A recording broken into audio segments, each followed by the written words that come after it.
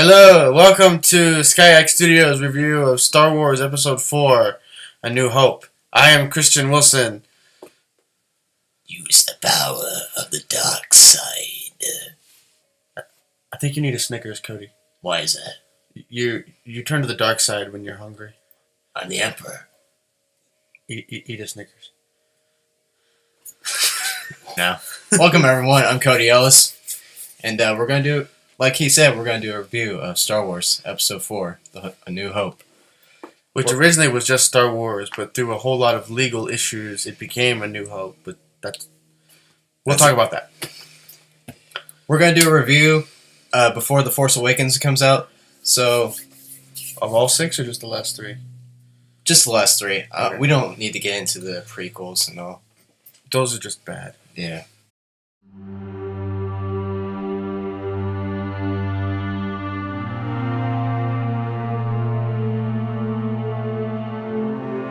So, we already know the movie is good, but the special editions, man. Yeah, no. Lucas kind of he had the perfect movie, and then he shat on it. He's just like, how can I make it worse? I'm pretty sure that's what he was thinking the whole time. Is when he made the special editions, like, how can I make it worse? How can I hurt fans for their years of loyalty? Let's just crush them. Yeah. A lot of special effects that weren't necessarily No, good to use for, because the original trilogy is better because it's more realistic. It's the storyline is more important than the effects. yeah. I mean, just it's a beautiful, wonderful story about good versus evil, and they rescue a princess and they destroy the empire, and it's just it's one of those wonderful stories that it can be told across any genre. Like even Lucas's story is semi based on a samurai story from Japanese culture, and so if you can take the same story and integrate it along genres, then you have a good story, and that's what's more important than the effects you use. Right. Especially with today's technology used, the new Star Wars is definitely going to be good.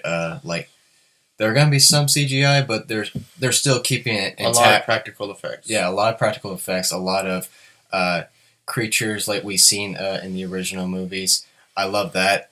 But, still they're going to keep putting CGI because it's a new generation. Yeah, I think it's definitely going to be a very nice marriage of old and new. That J.J. Abrams, he's a fanboy like ourselves, and so he knows more of what fans want than Lucas did. Because Lucas, whenever he made the prequels, he was like, "Oh, they love special effects. That's all they want," and that's what he made his original movies out of, and nobody likes them. And if Abrams, who is a fanboy, and even throughout making the movie, he said that he was just in awe of everything that's going on, that he would have to turn off his little boy inside him and say, "No, I'm a director. I have to be an adult about this," even though he loved every minute of it because it is so awesome of what Star Wars is. And it is awesome. It's great for him to be the director of The Force Awakens because this is a big opportunity for him to bring back our childhood into this. And introduce it to a new generation. Yes. Very different than the way Lucas did. Exactly. Like, this is a new step of introducing a new trilogy into a new generation of young children and for years to come. Yeah. And all these people who had like all the issues with like Disney taking over Star Wars is going to be terrible or whatever. I'm like, Disney's owned Marvel for the past 5-7 years. Yeah. And so like if they've owned Marvel, and Marvel has done excellent with most of their movies. I mean, there's some that they could improve on. But if overall their movies are still pretty good, then I don't see why just because Disney owns Lucasfilm now that it's going to be bad. Like that's a terrible cop out to not go see it. Yeah, Disney's not doing anything wrong with the Star Wars or Marvel movies. They're just marketing for Star Wars and Marvel. They just want money. Yeah.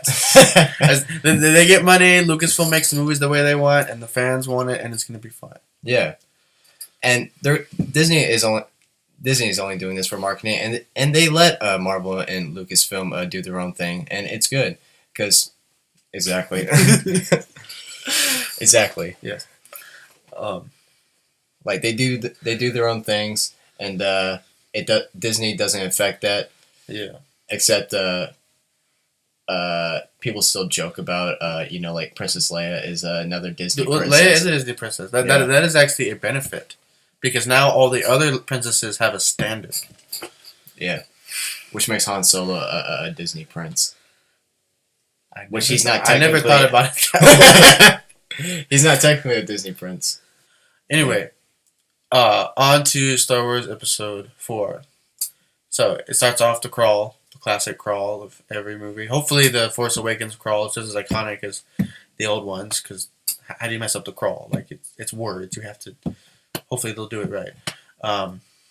Well, it starts off like years past Episode 3. Yeah, there's about 20, Like 25 years between Episode 3 and Episode 4. it was a good idea for George Lucas to start in the middle first, and Tell then the story of Luke and then tell the story of his dad. yeah, and then now we're getting to the so say epilogue of a new trilogy, starting with the Force Awakens. Mm-hmm. In the beginning of Episode 4, we see Darth Vader taking over Princess Leia's ship, being all badass and stuff. Like, how much more badass can you be when you enter a room and just music plays that's really awesome? Like, how much do you do that? Like, when you enter a room, does awesome music come on? Yeah, especially when it goes out in the sunset. Oh Like, yeah, that was that too later. Whenever Luke goes out in the sunset, yeah. like that was a great scene right there. Looking out in the sunset and the music playing, The new beginnings, new horizons for Luke, that he will become a Jedi. and John Williams is a great music composer. That is one of the only good things about the prequels as well, is John Williams' music, and I'm glad that they were able to bring back John Williams for the prequels, because without his music, it's not going to be Star Wars. I assume that he might be the composer in the new movies. I hope. No, John Williams is doing the music for the sequel trilogy, and I'm pretty sure he's doing it for the spin-offs, like the Boba Fett movie, the Han Solo movie. I think Yoda's the other movie they're doing. Oh, Rogue One.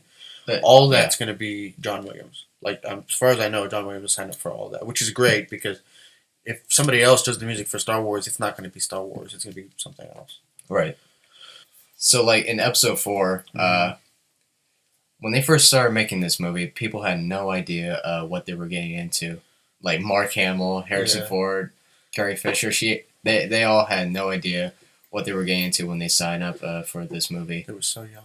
Yeah, and plus it was the 70s. Like, they never heard of Star Wars. They don't even know what this is about. They know it as a space adventure, but like The most they had was Star Trek and other space serials like Buck Rogers, and he really took this medium of science fiction and made it his own. right. Like, this is something he's been creating for his whole life. That's worth telling, and that's interesting for a young storyteller or a filmmaker to have this big imagination and turn into a big screen movie for everyone to see. I love that about George Lucas, is he has a big imagination. Like I have so many ideas about so many things I want to come up with, and have this guy right here help me out. That's what I do. Yeah.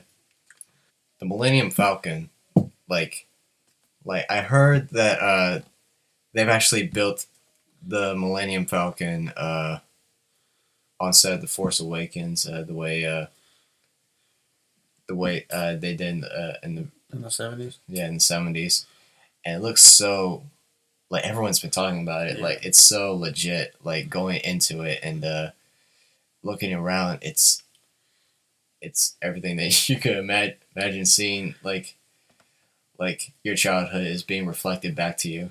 I wish that we could go see it. I wish that it was possible for normal people to go see the Millennium Falcon set and go on it and sit in it and just be in awe of this big spaceship that we've loved for so long. would just be an amazing, incredible milestone in your life that you've seen the Falcon in real life. Yeah, like Disney should make, like we talked about, like Disney should make like a a Star Wars theme park in Disney World And have or the Disneyland. Falcon just go crazy. Yeah, be a part of it, just like how, like in the Wizarding World of Harry Potter, the cast, the Hogwarts. You can go through a Hogwarts Castle. You can see the Hogwarts Express. Yes, You just know, like that. They should do that with the Falcon and the other ships because so many people would want to go just to have pictures of their children in the X-wing, in the A-wing, in the Falcon, like even in the TIE fighters and the AT-ATs and all that other stuff. Like people will want to go and do this. Like they will, Yeah. It just makes sense that they would want to do this. We're both speechless right now because Star Wars is so emotional. My dad's calling me. Sorry. Hi, Dad. I'm with Cody. We're watching Star Wars. Yeah.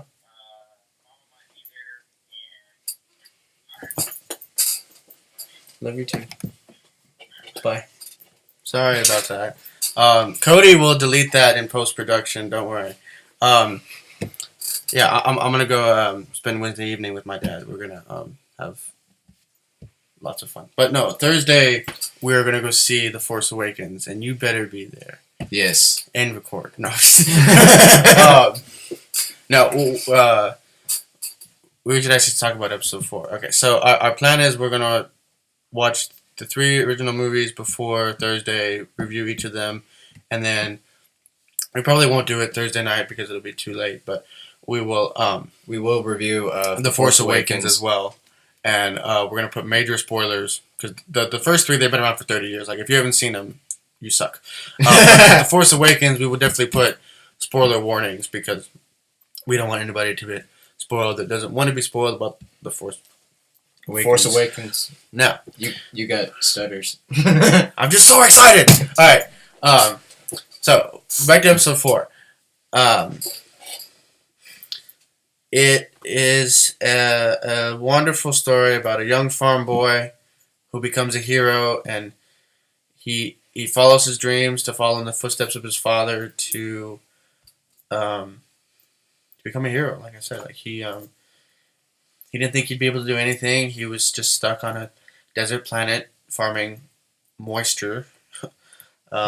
Yeah, the story is mostly about change your whole life around. Yeah.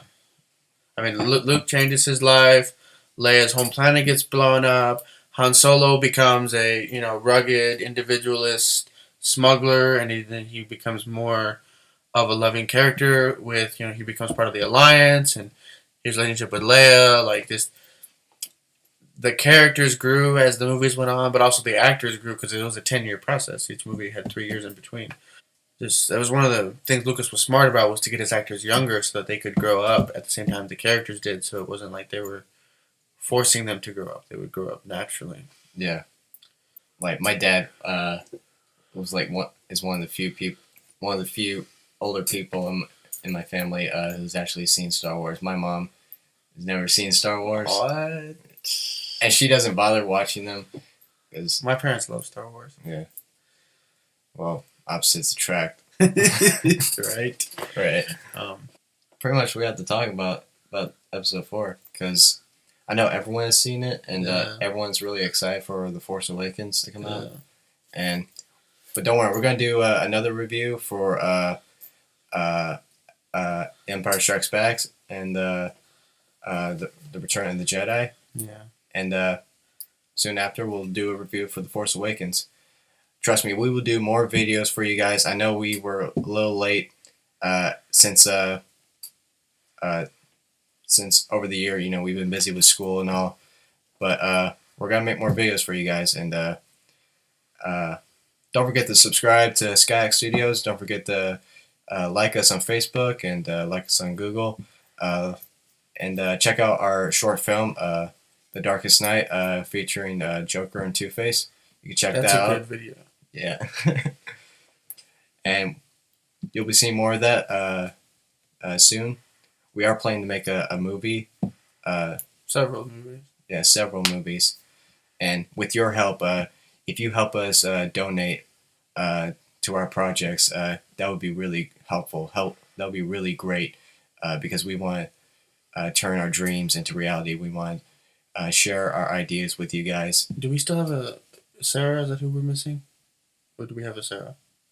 I'm still looking for someone to cast as. Yeah. Yeah. We're currently looking for the female lead in Jack Runner.